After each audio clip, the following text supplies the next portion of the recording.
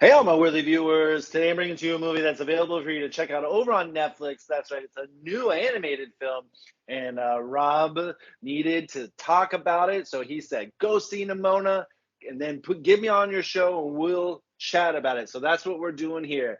Check out Nimona on Netflix. And here to talk with me about it is Rob. Take it away, Rob. Hello, Justin. Yes, Nimona. This is set in a futuristic place where knights are this big thing. And what happens is this knight, played by Riz Ahmed, is framed for killing the queen of the realm. And he goes on the run and teams up with this young girl called Nimora, who's a shapeshifter, and they have to team up to prove his innocence and defeat the baddies. Yeah, and Nimona is played by Chloe Grace Moretz, voice Yeah, acting, yeah. of course. And what did you think about this movie? I thought Chloe and Riz did great jobs. Hmm. I thought they Good were act. fun. Yes, good acting, and you can kind of tell they modelled Riz Ahmed's character after him. So he's kind of got his charm and charisma throughout the animation. Yep, and I think so did they with Chloe Grace Moretz because she definitely has charm and charisma, and she actually this is kick ass, but a shape shifting kick ass. She does Yeah, kick ass. Nimona kicks ass. She's been around for a very long time, and she is just happens to stumble upon Riz Ahmed, and they go on this adventure to try to prove his innocence. And then, yeah, along the way, we realize what's really going on with Nimona. She's been around for so long. She shapeshifts, so people think she's a monster, not a real human, when she's not. But she wants to be treated like one because she knows what home feels like and what home means, and that's really what she's striving for. And she finds that place in Riz Ahmed and his character. And yeah, we don't want to give away anything, but the as the movie was going, I was like, well, it needs to take me somewhere else than where it's headed, and it did.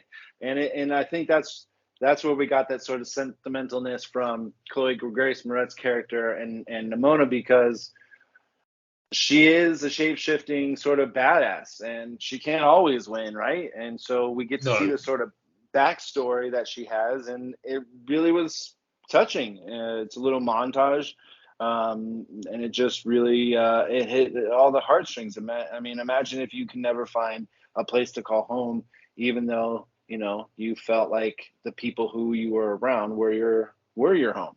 um, yes, I, I really enjoyed this movie. I think the animation was very good. It's not a typical sort of animation style that we no. are used to. Lots of pink, sort of in the Barbie styling. Um, but I enjoyed this. I don't know why people aren't talking about it. It's doing well on Rotten Tomatoes. It's got good scores. I mean, everyone loves Riz Ahmed. Everyone loves Chloe Grace Moretz. These should be, people that we are following. What do you think was the issue here, or what is I the issue? I my main issue was actually with the animation. It wasn't as detailed. It kind of felt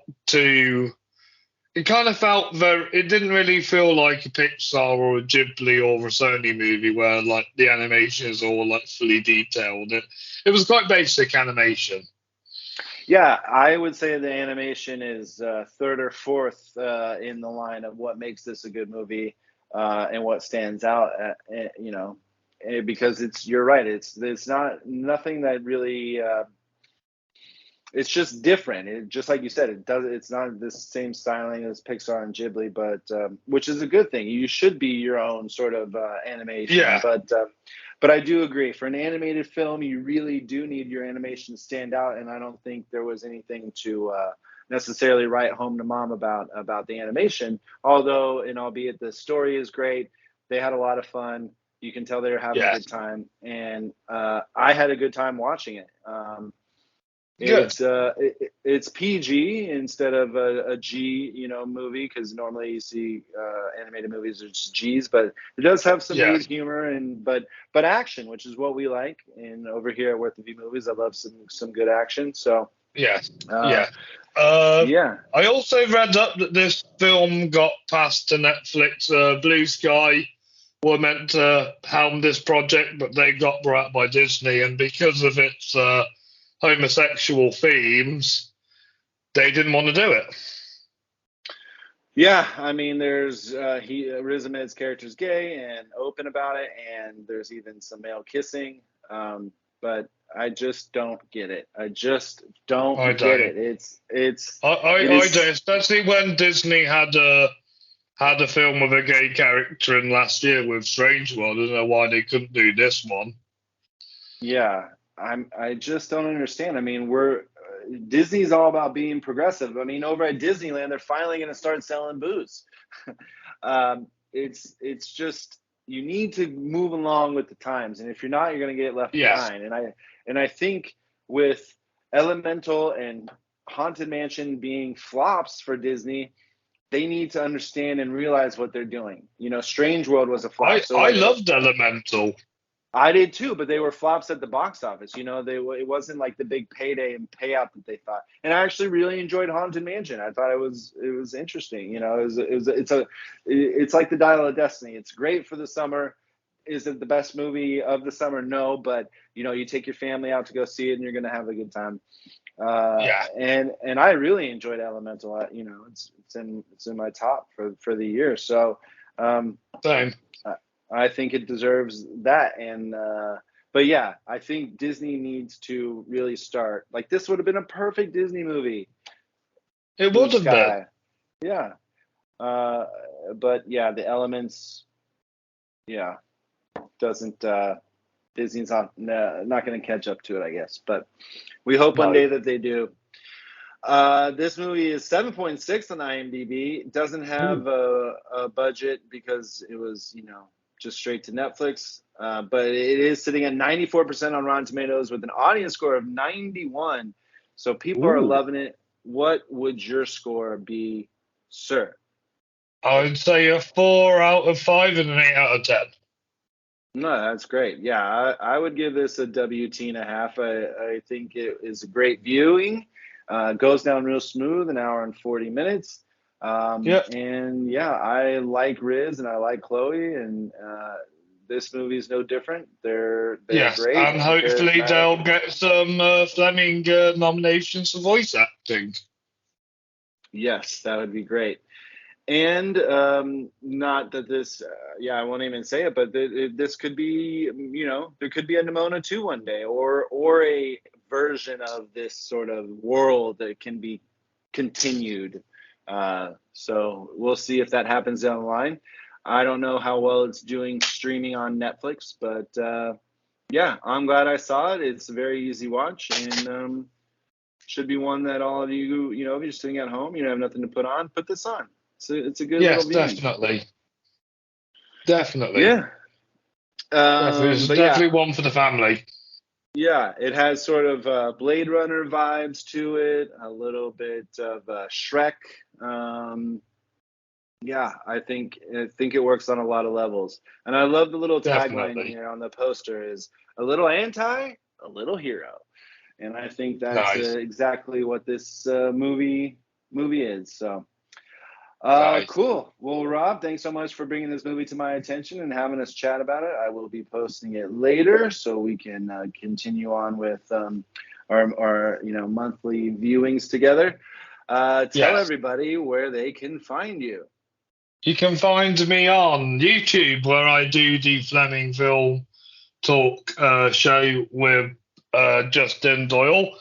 We spoke about James Mangold movies. And if you want to join in the fun at the Fleming Awards, which I do every year, we're currently updating the 50s era, and we're starting 1955. So yeah, on Facebook, join the Fleming Film Awards group if you want to take part in the fun. What's a big 1955 movie? Rebel Without a Cause with James Dean. Yeah, And 57 was Giant. Yeah, 56 was Giant. And then East of Eden. That's 55 as well. So James Dean has a chance at nominated twice. Ooh wee! All right. Well, yeah, I just watched a documentary about Rock Hudson. I just posted about it the other day. Who's in Great Giant actor. and great actor. Yeah. Was a gay man and was in leading roles, kissing women and having sex with women in the roles. But still was being deemed a leading man and lived in what they called the closet for a while. But still great actor, still deserves to be talked about. And so go check that out. And you know where you can check me out. Tell us what you think about this movie, Nimona. If you've seen it, we'd love to hear your thoughts. And thanks so much, Rob, for coming on and talking with me, Nimona. Good story, Yeah. good movie. Thank you. And go check him out over at all those socials. And we will do this again soon. But what we know for sure for now is that Nimona is worth the view. It's worth the view. Bye, guys.